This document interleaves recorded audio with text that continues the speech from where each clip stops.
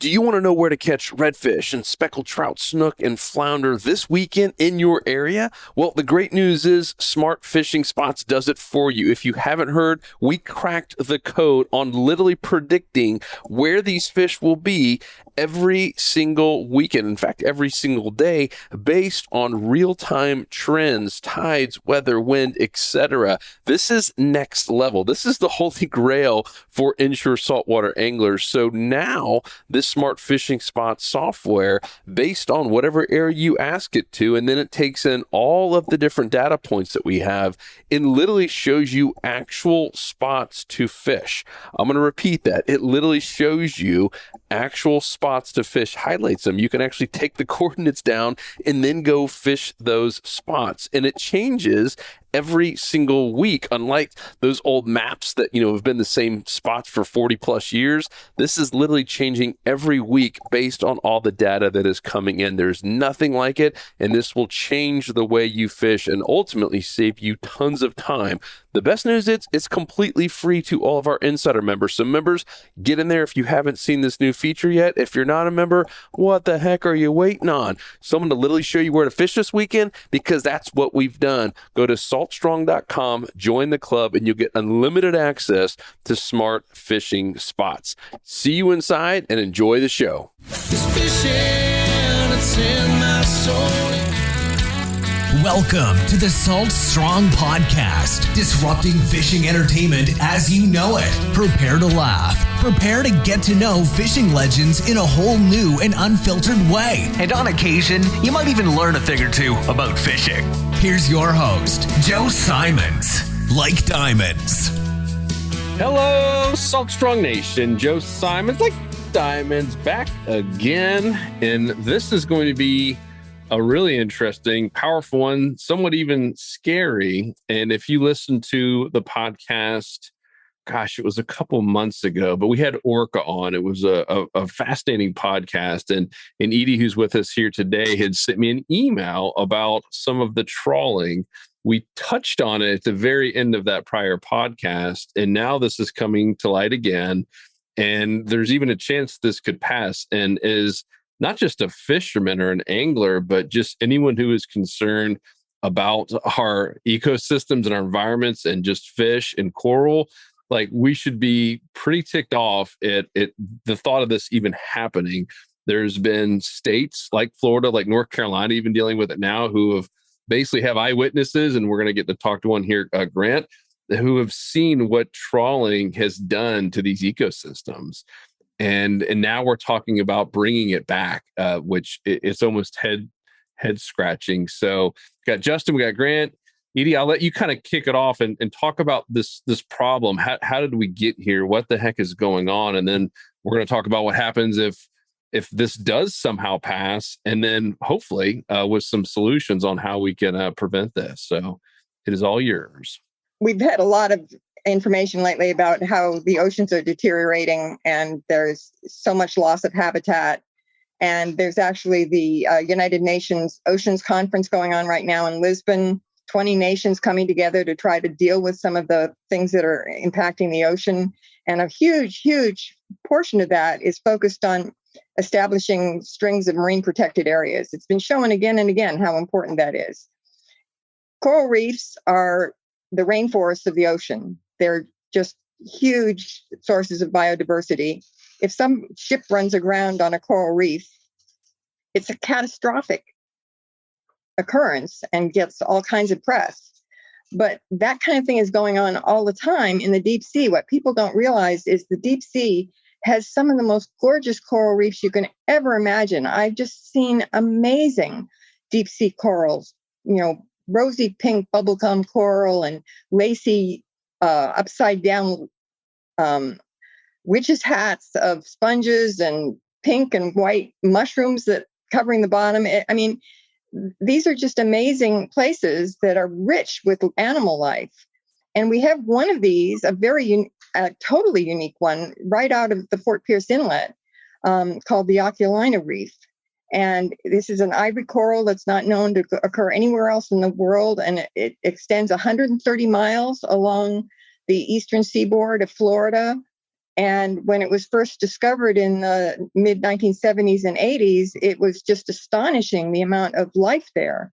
But like what's happening around the world to many of these deep sea corals, deep sea trawlers come in.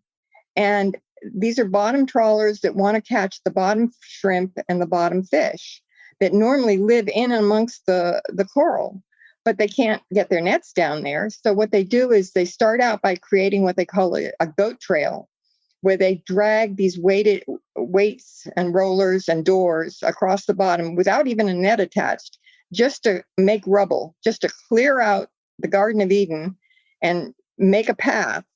And then each time they go down, they widen that path.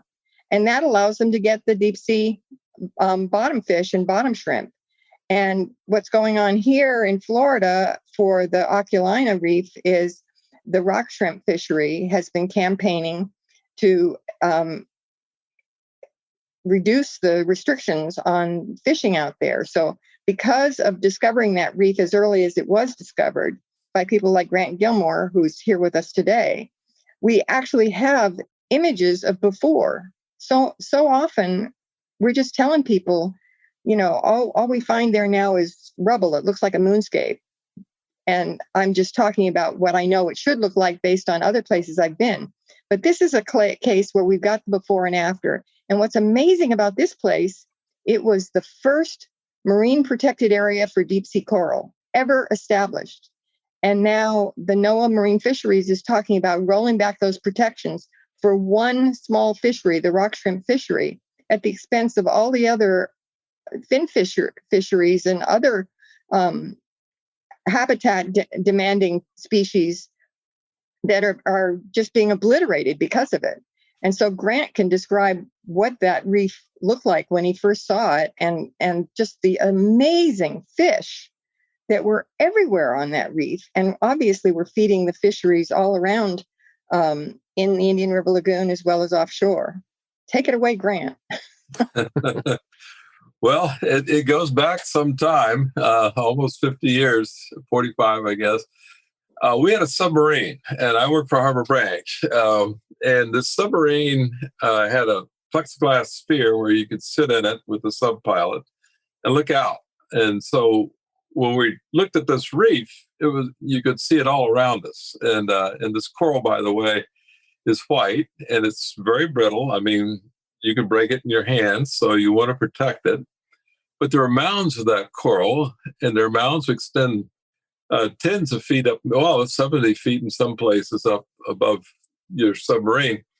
Now, the cool thing for me, because I'm a fish biologist, is this reef was just covered with fish of all species and very rich, like Edie was describing. But some of the most important fishes on that reef for our fisheries were groupers. It's a very, very well-known fishery. Groupers are served in restaurants all around Florida. And groupers were actually spawning on this reef. You had large aggregations all around the submarine. You could look out and see these fish milling about. Groupers, by the way, change sex and have harems, and all these things were happening right in front of us. There were color changes, behaviors by the males that you didn't see in the females, and we actually published on some of this a little bit later. Now, imagine you're sitting in this plexiglass sphere where you can see out all around, but the groupers can see you.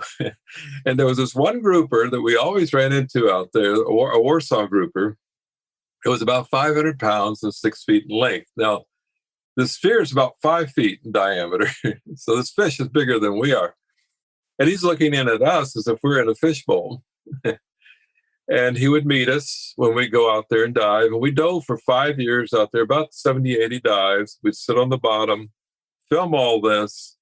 And all this was used along with John Reed's work with corals to help preserve this with the council's approval, the Fishery Council's approval, and NOAA 35 years ago. Now, we know that this is a vital place for grouper spawning. We documented that.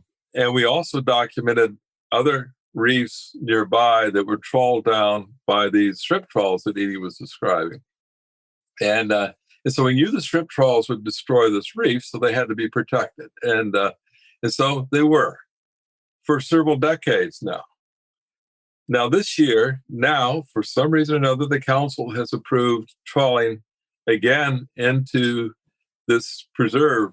And I don't understand this because we know coral reefs. Everyone knows coral reefs are extremely valuable for the biodiversity of the ocean, as Edie just described, but also for supporting our fisheries. Do you want a grouper snapper fishery in the future? Yes. Do you want viable fisheries? Do you want the fish to spawn? And we actually watched these fish. We're sitting there, the sun went down, but we could still see all the fish rush to the surface, it's 300 feet above our heads, release millions of eggs into this strong Gulf Stream current. And that's how we get our fisheries. That's how they come back to us, is they have to spawn. Okay, now take out their spawning site, their spawning habitat. What's going to happen to your fishery? It doesn't make any sense at all. So we've tried to get people to understand this and also to sign on for the protection of these reefs on into the future. And I hope that happens. So back on April 29th, NOAA Fisheries put forth Coral Amendment 10, which was going to open up a section of the protected zone to the rock shrimp fishers to start trawling along the edge of the reef again. And if you've dealt with any of the currents down there, you know that the idea of controlled trawling along the edge of the reef is a joke. I mean, you know, they can't put the net down exactly the way they say they're going to put it down. Plus, they're putting up this huge plume of sediment that is going to clog the detrital feeding apparatus of the corals and kill anything that's left down there. And so there was a huge response. We only had 60 days comment period and got over 43,000 signatures to oppose this. But we're still very worried that this may actually happen. And so that's why we think it's really important that we get a wider audience aware of what is happening out there.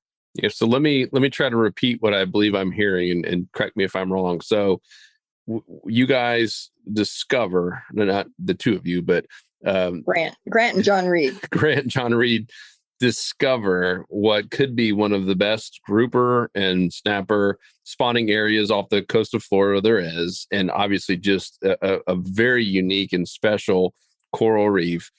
It gets trawled by, let's just say, shrimp trawlers. A lot of it gets destroyed for obvious reasons, because what trawling does. It gets protected for a couple decades, which fixes part of the problem. Doesn't heal it all, but it fixes it. And now they want to open it up again. That's it. Same thing. You got it. You got it. Okay. So what? Obviously, I think everyone listening is probably saying, "All right, there's got to be money involved or something." Like, right? What? I'm somewhat speechless, but what's happening? Why would anyone vote to say, yes, this is a good thing, considering what we're talking about and having 45,000 people in a really short amount of time say this is a horrible idea? What are the, trying to put myself on in the judge's seat, where's the other party? What are they saying? I think it should be obvious that council members shouldn't have a financial interest in what they're voting for. And one of the council members that voted for Amendment 10 is a part of the rock shrimp fishery. In fact, her father was known as the daddy of the rock shrimp fishery. He kind of started the fishery. And her family makes millions off the rock shrimp fishery. And you know, she obviously should not have been allowed to vote as part of the council. And there was a coral panel that opposed this adamantly and put forth lots of scientific data about why this was so damaging. And, you know, we just don't have a representative council that is looking at the interests of all the people and animals that are involved in this situation. Is this a NOAA vote? Yeah, it's NOAA Fisheries. Okay. That's wild. So she's on the board of NOAA? No, she's on the council. Okay. South Atlantic Fisheries Council. God, okay. And they do have a grouper snapper committee, and I don't understand that either, because these are extremely valuable to our grouper snapper fisheries, which actually are worth more than this rock shrimp fishery to more people. Oh yeah, absolutely. So and we have other fisheries too. I mean, I've sat there in the submarine and watched amberjack come down and feed on the reef, and little tunny. And so there are a wide variety of pelagic fisheries that visit these reefs because they're out there next to the edge of the Gulf Stream. It's I-95 for fish, by the way. They come down from Cape Cod on their way to Mexico and pass over these reefs. So I don't understand that decision at all. I mean, you have all these other fisheries that depend on the shelf edge coral reefs, and then you're going to cater to rock shrimp. It just doesn't make any sense. I mean, it sounds like a rob Peter to pay Paul kind of situation. Yeah. And you aren't thinking about the future of your shrimp fishery either, Yeah, exactly. Like the devastation that would be done, it's, we mentioned it before, a short-term solution to a long-term problem. You get what you need out of it in the beginning, but, to hell with what happens 10, 20 years down the road or much, much later than that. You really... I don't know. I'm kind of like Joe. Like I'm trying to temper what I say, because I don't seem to understand in the big scheme of things how this is beneficial to anybody from a recreational standpoint, to the public. To what benefit would it serve us other than maybe a juicy rock shrimp at a couple of restaurants? I really struggle to see the benefit that this does for us as anglers, as lovers of any marine resource, offshore coral reefs, sharks, anything. I mean, this is dropping, potentially it'd be the equivalent of dropping a bomb on on somebody's home, on these fishes and these animals' homes. Where are they going to go after that? I mean, you speak, Grant, like taking the submarine down there, aside from that stretch of 130 miles, how many other home options are there in the Atlantic? I mean, it is a giant sandy desert in many areas aside from that. Well, Correct. From this reef is a slope going down, which is all sand and mud for the most part, until you get to the deeper corals, the Lophelia corals, which are down 1,000 feet or more. So it's a sand slope. You're really on an oasis there. I mean, there's no question about it. And it's right on the edge of the stream, which is an ecotone. If you hunt for weed lines when you're fishing at the surface, it's the same thing, except it's down there on the bottom. And I mean, North Carolina, we've got a team member who is, I guess, still part of that lawsuit with CCA, and they're trying to get rid of gill nets and trawling. I mean, I think a lot of people see these shrimp boats, and not all. I'm not going to say every boat is doing this, but they see a lot of boats out there and assume, oh yeah, they're just down 30, 40 feet with their nets, and they're in the middle of the water column. But I mean, what you described, Edie, and I wish to actually say that again, because I want to make sure everyone gets that, about what they do beforehand, right? This is not about taking net and hoping you don't hit the bottom, right? That'd be a whole different story if they were up 100 feet off the bottom of the ocean floor. But they're going in and purposely destroying it to make sure their nets can get through and get every last shrimp there is. They start out by creating what they call a goat trail. And they just drag the apparatus without the net attached, because the net would just be shredded by the coral. Right. So they just have the rollers and the doors to clear cut the bottom and create the rubble, which actually is decent habitat for rock shrimp by themselves. Although, as Grant correctly points out, you're just destroyed the food web. So you're ultimately destroying the shrimp fishery as well. But for the time being, while there's some of the coral around, then they can go in and just drag their nets across the rubble. And there is some evidence that since they've had the protections in place, that there is a little bit of coral coming back. It's very, very slow growing. Yeah. But they're going to undo that. if they allow this bottom trawling and the sediment that's going to spew over the remaining reef. It's just going to do huge amounts of damage. Yeah, and talk about you touched on earlier about, because I'm sure whoever on the other side is saying, well, hey, we're not going to really go in your area as much as you think. We're going to try to keep it right here. But talk about that when you're talking about hundreds of feet and the currents out there, how these, I mean, you said it, oh yeah, you can't really pinpoint it, but we're talking about sometimes these nets are going hundreds of feet in one way or the other, and you don't really know what you're hitting unless you were down there in a submarine and watching. And they're vicious currents. I mean, Grant can attest to what it was like to try to dive the sub in those currents, right, Grant? You probably had some pretty hairy situations. Well, we dropped the sub about a mile upstream in the current, so we'd hit the reef. Wow. That's just dropping 300 feet. I might add that, the area was protected, but we still, and they weren't supposed to trawl in there, but we found evidence of them trawling. I found the netting and the doors and everything on the coral. So now maybe they were trying to stay out, but it hit the reef anyway. And that was recently. Recently, in the last 10, 15 years, we saw that. And the controlling the nets and knowing that you're going to stay away from the coral, I think it's a very difficult thing. The other thing is, if you continue to disturb it, you're never going to have regeneration of the coral. Even if you think there's no coral there, it'll never regenerate. And so it's just need to leave it alone. And one of their arguments for it is they claim that this is a historic fishery. It's 50 years old. It's not an historic fishery. It's the a very grouper young fishery is about 100 years old. Yeah. But even so, why would that make it right? It doesn't make it right. You're absolutely correct. But that was one of their leading arguments.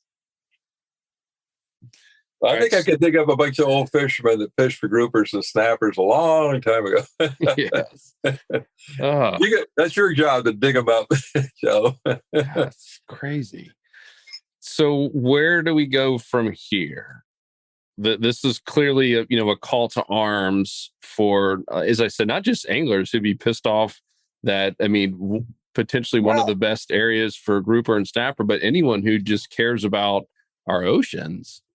I just want a community that cares to at least be aware of it. I mean, John Reed and I wrote an op-ed, actually wrote several op-eds about this when the 60-day notice came along, and we farmed it all over the place and nobody would publish it. It's not even it's not considered an area of interest for people. Did you say it's not an area of interest for people, yet it's an area, habitat of area of particular concern? That's what they call it, yes. That's literally what this is called. Oculina Bank is a habitat area of particular concern. And yet this discussion isn't of concern? It's ironic. The irony. Yeah. Here's a question I have for you, Joe, regarding CCA. Because I work with those guys off and on other issues inshore. And I sent them stuff on this time and again. I never got a reply. This is Florida CCA. Yeah. And I know that their habitat guy is, he's for protecting this reef, but we never got an official CCA Florida return on this. And so I'm wondering about the fishermen and how many fishermen are actually educated as to what we're talking about. So this podcast is extremely important. And I'd like to see Florida fishers, particularly those along the East Coast here, not only East Coast, I know the Orlando Offshore Anglers Club comes down here and goes out to fish those areas all the time. And I don't know how many thousands of members they have. But I haven't heard word one from them. So, and you nailed it, Grant. That it's an education. I don't know about CCA. We're not, partners with them, so I can't speak on their behalf. But it's education because Justin has fished that area for most of his life, and he knew about the reef in particular. But we didn't know about all this until that last podcast when Edie just happened to bring it up, and we're just like, whoa. So yeah, I think just most people have no idea, which is why as soon as I got the email, I was like, let's get you guys on the podcast and share this so we can get some people educated and hopefully a little bit riled up to write in. And I want to talk about that as kind of a next step. How can we help? Is it signing this petition? Is it writing into NOAA? What is the next step? Well, writing into NOAA would be fine. The comment period just closed yesterday. Okay. And I mean, 60 days was not enough, but I think there is going to be another comment period, at which point we will definitely let you know and provide the information of who should be contacted. But NOAA Fisheries is where the buck stops. So you can reach out to them and let them know your thoughts on the subject. You guys are a big part of our commercial industry. What is the recreational fishing industry is like $9 billion or something. I mean, it's insane. Yeah. So obviously you've got a lot of clout. We just need to figure out how to use it to protect the fish. Yeah, lack of better expression, unfortunately, broaden the net, broaden the bandwidth of who we can reach. Because when you dropped that nugget on the last podcast, it rung true to me personally, because I have been fortunate enough to enjoy not just the trifecta, but 4 different species of grouper throughout various legal areas to fish within Oculina. And I had no clue. I mean, 2 months ago when this was brought to my attention, I was like, oh my gosh, I don't think that people have any concept. Central Florida offshore anglers, any offshore community out of Ponce Inlet, Port Canaveral, Sebastian Inlet, Fort Pierce, people that even come from Jupiter to run up and fish southern or western edges of the Oculina Bank in 160, 180 foot. All of this will be jeopardized, and people don't have any concept that this is going on. So this is the, put out the alarm. Let people know as soon as we have the opportunity to know what call to action can be done specifically. I think there would be an overwhelming amount of people that would want to voice their concern in opposition, because think about it. What would happen if in 15, 20 years, you can't enjoy gag grouper, scamp grouper, snapper, anything on the menu because a gigantic chunk of this fishery is no longer available, not even for recreational fishermen, but anybody that enjoys that. It goes well beyond just the recreational fishing sector. It goes to the public as well. It's just getting the word out in any way that we can. As long as Red Lobster has shrimp in stock, we're fine. Oh, right? Yeah. God forbid we don't have our rock shrimp at Red Lobster. Yeah. Justin, where are you located? I'm in Orlando. So when I head out, I'll go to Port Canaveral, Sebastian Inlet. And it's a 20, 30 mile ride, but it is well worth it. It is a special fishery, and there's areas that are permitted and areas that are not permitted to the general public to fish. And in the areas that are permitted, it's incredible. I mean, 40, 50 pound gag grouper on lures of all things. I mean, of all the places that I fished in Florida and the Southeast, that is the one place that I can say that I've done that. It's very, very special. Yeah, they come up off the reef in groups. Yeah. You're in Orlando.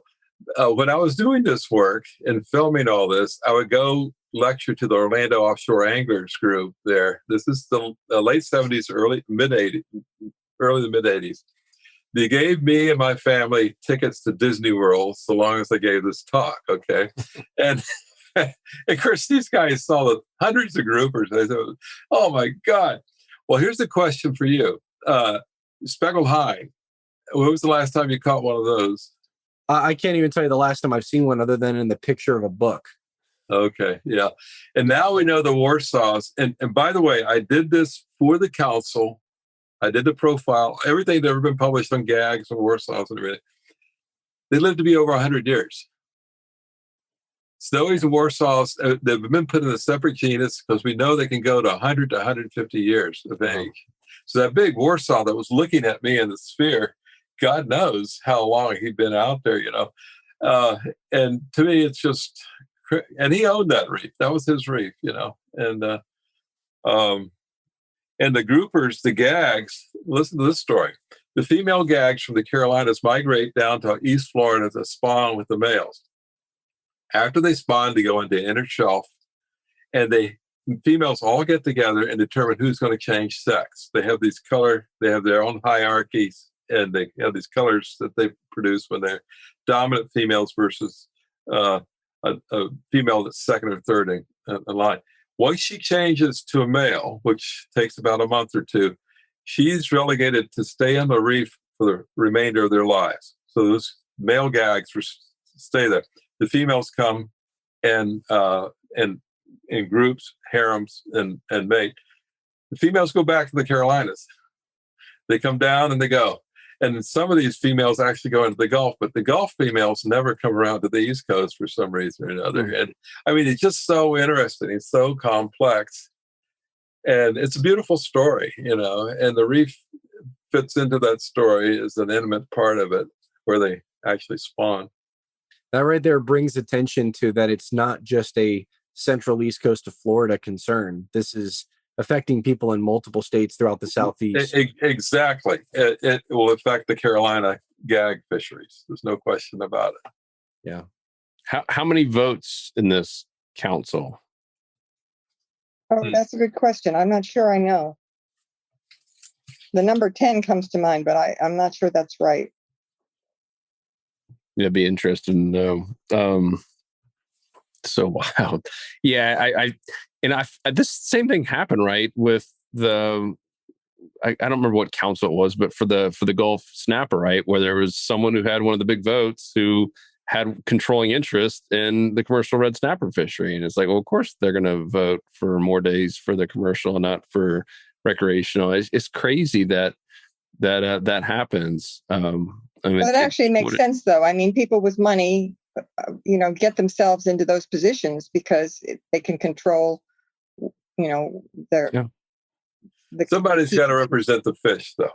Yeah. Somebody's got to be with the fish. I think it should be you, Grant. Grant.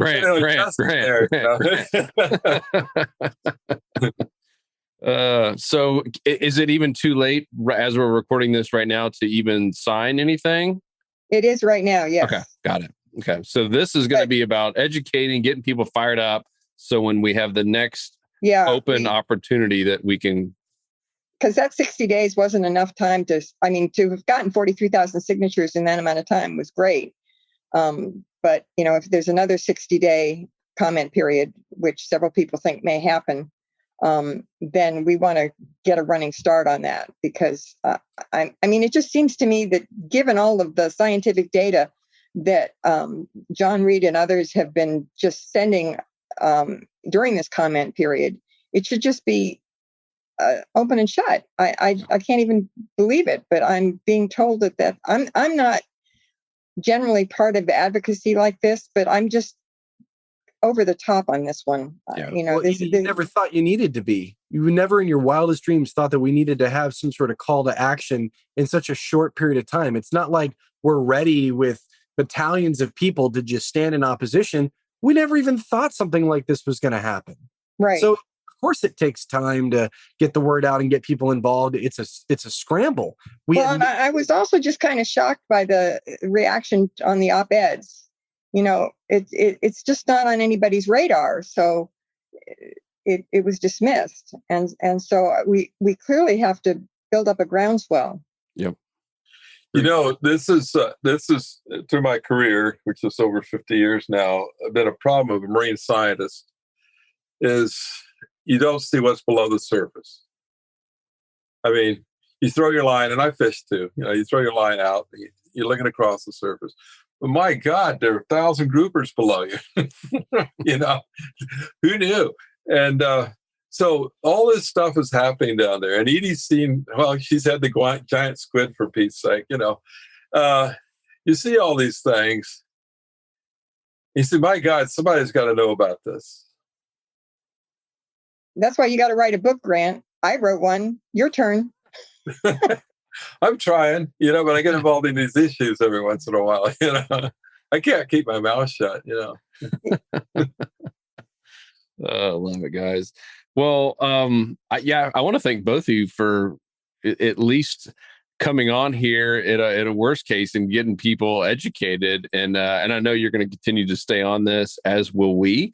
And the second that you have any more information, let us know. I'm going to, in this blog post, if you're listening, I'm going to make sure that we put links at saltstrong.com in the actual show notes, essentially, where you can read about this and get a little bit more information and see some of the things that you guys have documented. It is just you just kind of want to scratch your head and say, how the heck are we even here talking about this? Yep. So we hope smart heads will prevail in this, but just in case, we'll be ready with some firepower, if you will. And the second that you know about any other open opportunities to raise our voice and shoot some emails, let us know. We really appreciate that. Thanks, Absolutely. Any other place for a listener to go learn more? Is there any even websites dedicated to this, or is it? Oh, well, I sent you a package of stuff. I think there were links in that. Okay, I'll check those links then too. Okay, perfect. Yeah. Perfect. Well, Edie, Grant, thank you guys. Thank you. We really appreciate It it. was a fun conversation, and I'm looking forward to hearing some more stories. We'll have to have you guys on again. Fish stories. Huh? Grant and I got lots of sea stories. Well, that's how you learn. Yeah, you certainly could be one of the best anglers in the world, right? I mean, that's we did a whole course about just what really does happen underwater, how fish are positioned, right? A lot of, like you said, you have no idea how many grouper have sat there and laughed at your bait down there, and why did this one hit it? Why did one attack it? And it took forever to film the thing, as fish seem to act differently when all of a sudden you bring lights and cameras underwater. But you can learn so much by going underwater, whether you're a scuba diver and lucky enough to be in a little submarine like that. It's really, really fascinating. Hey, don't take lights with sand tiger sharks at night. They eat your light. That's another Good tip. story. Good tip, Grant. It's all North Carolina too. Okay. Cool. Well, thank you guys. Thank you. If you're listening, make sure to go to saltstrong.com. In the fishing tips section on this blog post, we will have the links and a couple of the documents as well for you to learn more. So thank you all so much. I appreciate you, and we'll talk on the next episode. Right. 'Cause fishing, it's in my soul.